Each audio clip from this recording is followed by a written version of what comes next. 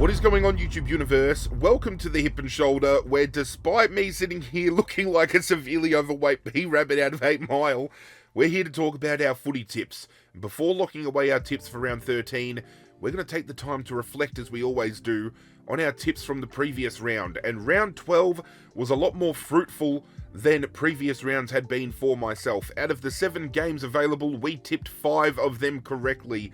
The 2 blemishes we had, I feel, could be blemishes that many might have picked up over the course of the weekend. But we tipped Brisbane to defeat Essendon. We went by the way of 28 points. It came incredibly closer. Obviously, 18 points in the end was the margin. This could have been a game where Brisbane completely blew them away, had they been a lot more accurate in front of goal. Essendon had opportunity as well, and to their credit, given the situation they've got with, you know, basically no key defensive line structuring at all due to injury, and their forward line becoming a little bit more haphazard due to injury as well, they did incredibly close to come within 3 goals of the reigning premier at their home deck. Brisbane, though, just keep finding a way to get the job done. We tipped Collingwood over Hawthorn. Did not think it was going to be a 51-point smacking, but Collingwood still asserting the fact that they are the team to beat in the competition this year. They are the number 1 team in my opinion, and it's going to be very hard for me to be swayed off of that opinion as well. Hawthorn, Hollywood Hawks, Hawkball, whatever you want to throw around, they are completely off their game, and they are coming up against 2 weeks worth of football that could see them potentially having lost their last 5 in a row, so they need to find some form and quick. We tipped the Gold Coast to defeat Fremantle at People's First, and this is where my first blemish of the round went down, with Fremantle defeating Gold Coast by 11 points. This is the consistency issue I have been talking about when it comes to Fremantle, and them needing to find this consistency in order to be a threat when it comes to making finals, and, you know, when it comes to playing against these contending teams, whether or not they can be held accountable and taken seriously. They've now won 3 on the trot, and they're really starting to turn their favours around and playing good football while they're at it. On the flip side, Gold Coast, getting found out like this by Fremantle at home, are they starting to show that maybe the soft run they have been given so far is the reason why they are sitting so high up on the ladder? GWS hosted Richmond at NG Stadium, and for 3 quarters of football, Richmond led this game, and then they faded in the last to lose by 3 points. Bitterly disappointed as a Richmond fan to not get 4 points here, but to see a competitive nature out of this team is incredibly enlightening. It is telling me that our rebuild is on track. I would argue that our rebuild is going to be fast-tracked a lot better than a lot of the other teams on the bottom rung of the ladder this year that have been going through rebuilding purposes. But GWS picking up 4 points despite Callan Ward's potential career-ending injury. He just got around those boys at 3/4 time and revved them up, and they came out a completely different beast in that final term. We tipped Adelaide to defeat Sydney. Did not think it was going to be to the tune of 90 points though, and Adelaide to me now firming as a potential top 4 finish and a premiership threat. I did not think I would be saying that at the start of this year. I did say they would threaten to make finals. They have potential to be a top 4 team, but we weren't talking premierships at that point in time. They are very much now in that conversation. The second of 2 blemishes was tipping Melbourne to defeat St Kilda at TIO Traeger Park. Melbourne normally play out of their skin when playing, you know, at locations like Alice Springs and at Traeger Park. But this is a game that they never got out of the gates of. St Kilda got the early jump, and even though Melbourne started to stem the flow throughout the game, St Kilda just kept finding ways to get jobs done. This was without Mateus Philippou, who went down with a calf injury early. This was without Nasiah Wanganeen-Malira for a big portion of the game as well, sitting out for a HIA assessment, which he did pass. Aiden Johnson cops a 2-match ban for that hit on Wanganeen-Malira. I don't think he really affects Melbourne's chances moving forward, but St Kilda were vastly impressive this weekend. And the final game of the round, Geelong defeating West Coast at Optus Stadium. We picked Geelong. It was an arm wrestle. 11 points the difference at halftime, 11 points the difference at 3/4 time. Jeremy Cameron didn't get off the chain until late in the game, in which he ended with 5, and just running away with the game late, Geelong were able to establish their 40-plus point win here. That being said, ladies and gentlemen, 5 out of 7 was the most I tipped correctly, and for the vast majority, that is what everybody in my competition tipped this week. However, there was one standout, and congratulations must go to Adrian P. for tipping 6 out of 7, which was the most correct amount of tips for this particular round. As you can see as I scroll down, a lot of 5s, and then we get into 4s, and there was nobody that scored less than 4 out of 7 in the competition this week, so a very even kind of breaking par moment for us. Overall, total tips, Skyvo, Lana S, still leading the competition by one singular tip on 79 total. Jazz Sky, Jazz S nipping at the heels in second place on 78 tips, and in third place we have Gramercy Riff 78, Nicholas M on 77. Trailing that to round out our top 10, we have Macca0303, Beanos, Sean A.E., Nado, Princess K Hill, Frio90, and MRL from PA. Congratulations to you all for being my top 10 after 12 rounds. Congratulations to Skyvo for being on top of the ladder for yet another round. And I believe I dropped this week, and I'm down to 36. Now, I am 14 tips total behind the lead. Not a good look for me at all. It's a very abysmal year for myself. But this week, maybe we can get a little bit of reconnaissance back. Maybe we can start tipping a little bit better, and we can at least push for a top 20 finish, because I don't think top 10 is going to be well in my grasp. This is another week of AFL buys. I do believe it is Fremantle and St Kilda who are going to be sitting out round 13. It all kicks off tomorrow night, Marvel Stadium, the Bulldogs hosting Hawthorn, and this is a huge game for many retrospects. We have the Bulldogs who are up and coming, they are really starting to find some form, and this is without some key personnel still missing from this team. On the flip side, Hawthorn, they might be missing a player or two here or there. They're now going to be without James Sicily for the next 2 to 3 weeks due to injury, and they are really having to claw back into some form here. They are missing it completely. They are well off the mark where they should be. They set the standard early and they're falling far from their own standard. I don't see how the Hawks can beat the Bulldogs at Marvel Stadium in this game. I'm going Bulldogs, and I'm going Bulldogs by 20... I'm going to go 25 points, I reckon. Can we do 25? We can do 25. It's going to be a very big win. They have got themselves in a situation where it looks like Finn McGuinness might not play this game.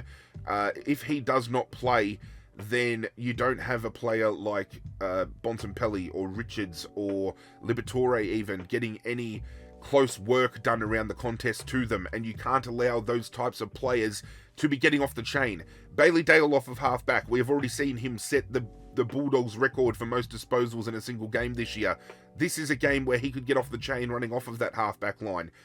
Probably the only reprieve Hawthorn have here, not reprieve, but reprieve rather, is that their defensive structure might be able to hold up against a full forward lineup that is featuring Aaron Norton as the number 1 forward.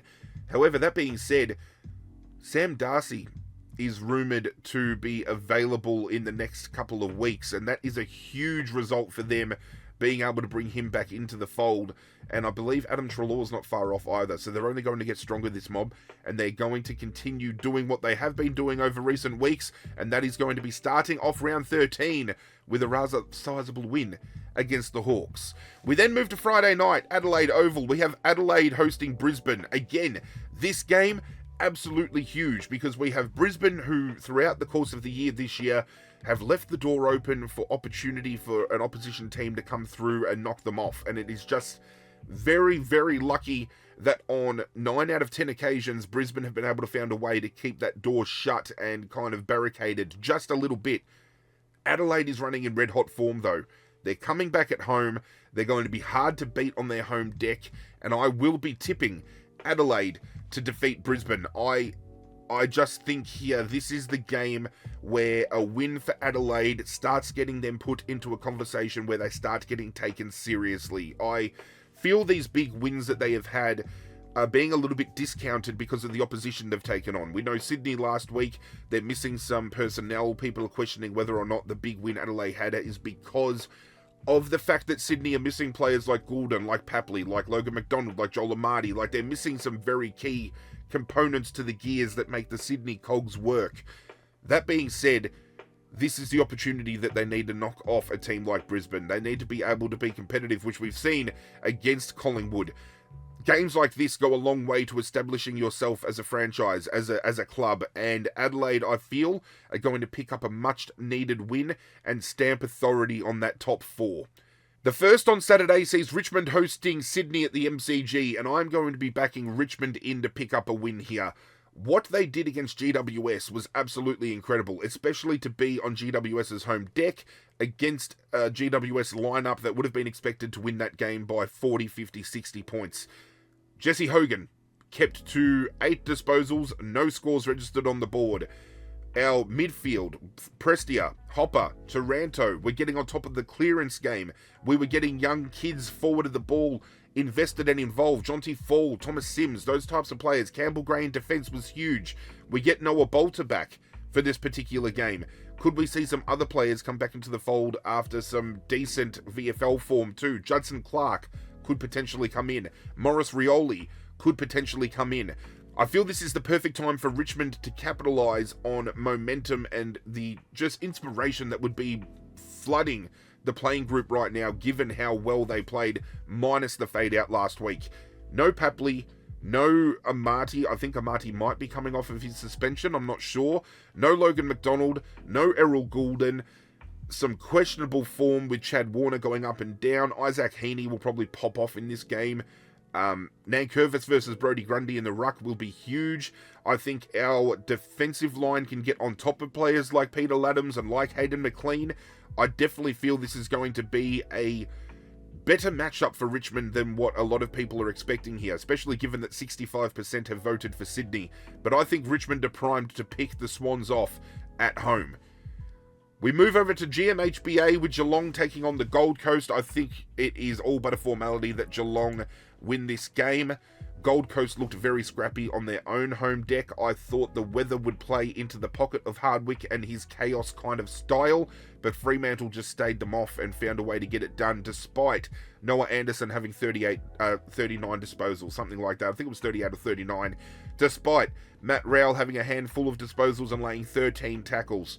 It is a unit here that we are witnessing from Geelong that is so selfless and so team-orientated, and I feel that this isn't just going to be a win. This is going to be an emphatic win. This is going to be 30-plus points, I think, the way of Geelong. I think they're just playing great football. They're going to be looking for a top 4 finish with the fixturing they've got.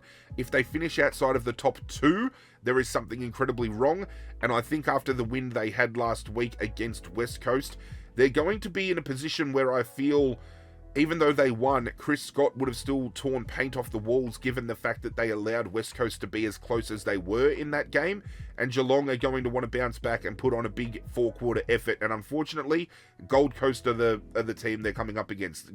Geelong's going to be a roadblock for the Gold Coast. If the Gold Coast couldn't win at People's First last week against a Fremantle side that has been up and down, I'm not giving them any chance to knock off Geelong at GMHBA.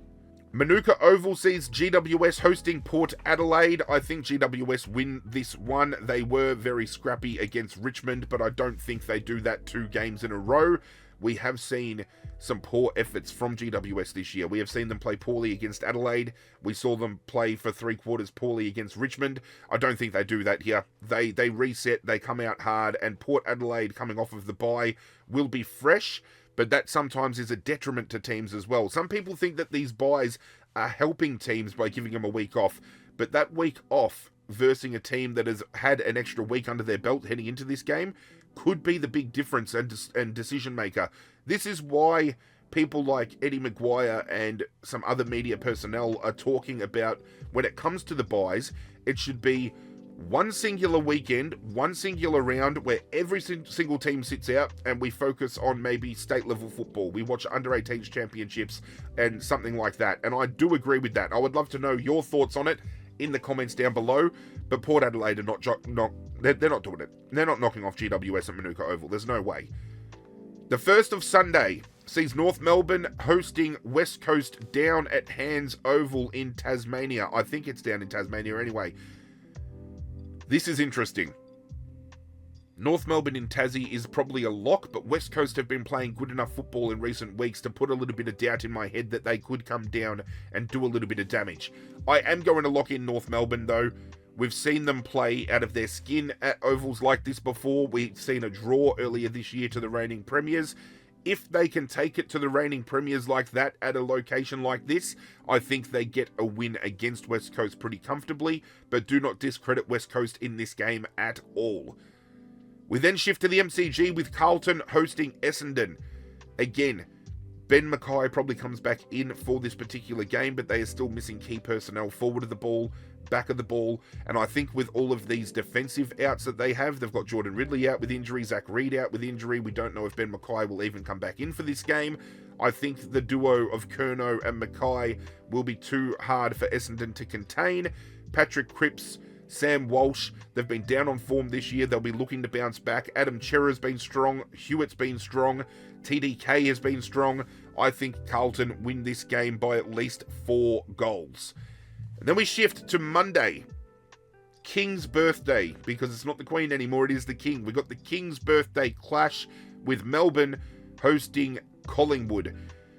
And Collingwood win this one quite emphatically. If Melbourne couldn't knock off St Kilda at a location where they should have played out of their skin, there is no way at the MCG Melbourne make this game competitive at all. This is going to be very one-sided. I'm thinking 6 goals the way of Collingwood at a very bare minimum. So having a look, we're going Bulldogs, Adelaide, Richmond, Geelong, GWS, North Melbourne, Carlton, and Collingwood.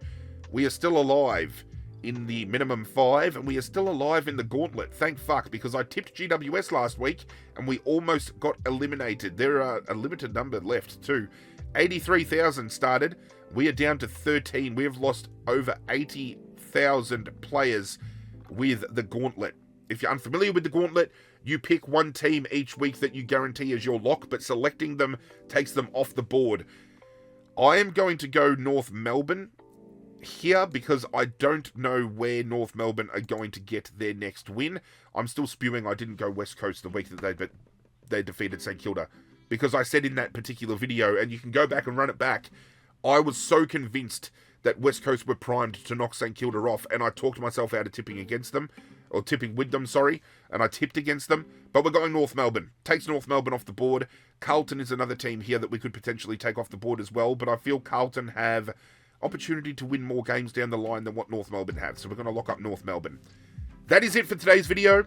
Do hope you guys enjoyed. If you do enjoy the content I make here, feel free to hit that like button down below to continue showing your love and support, and consider hitting that subscribe button as well if you want to get on board the community we are building here.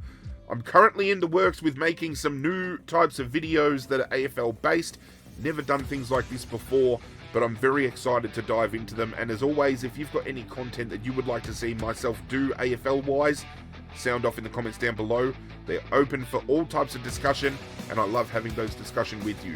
But that's it from me, guys. I'm out of here. Good luck to your teams this weekend, provided they are playing, of course. And as always, I will catch you guys next time.